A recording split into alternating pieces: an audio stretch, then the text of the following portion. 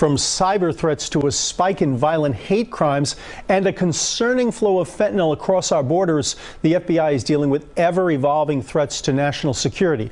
CBS 2's Natalie Duddridge sat down with the Federal Bureau of Investigation to discuss their year in review and their priorities for 2024. As the war continues between Israel and Hamas, tensions escalate here at home, too. The FBI says it's seen a trend of individuals inspired to attempt to carry out terrorist attacks of their own. The conflict has also led to a spike in racially motivated attacks. We sat down with the FBI's Assistant Director in Charge, James Smith. There is a rise since the October 7th attack. Some of it meets the threshold of a hate crime, some of it does not. But leave that up to us to determine. We know it's happening across, every race, religion, gender, you name it. Over the last year, New York City has also seen more than 170,000 migrants arrive by bus looking for a new life. But the FBI says an increasing number of migrants are being connected to robberies and assaults. Is this a new growing threat? Yes, it is. I'm not going to sugarcoat it. It is a new threat.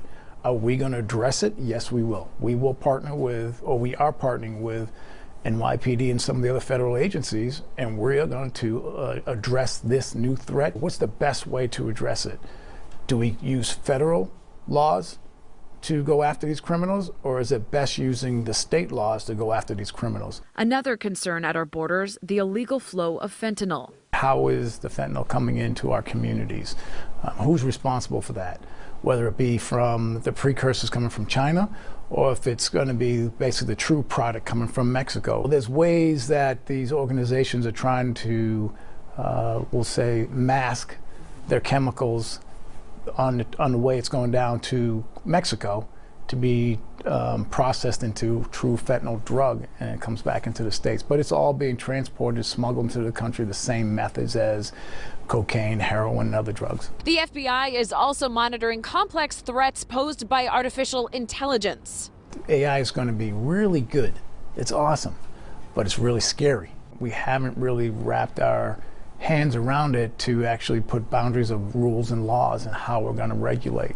So that's going to be a challenge for the folks in Washington. By the numbers, over the last year, the FBI of New York says it has worked with local and federal partners to seize 147 illegal firearms, arrest 420 violent criminals, and recover 72 child victims.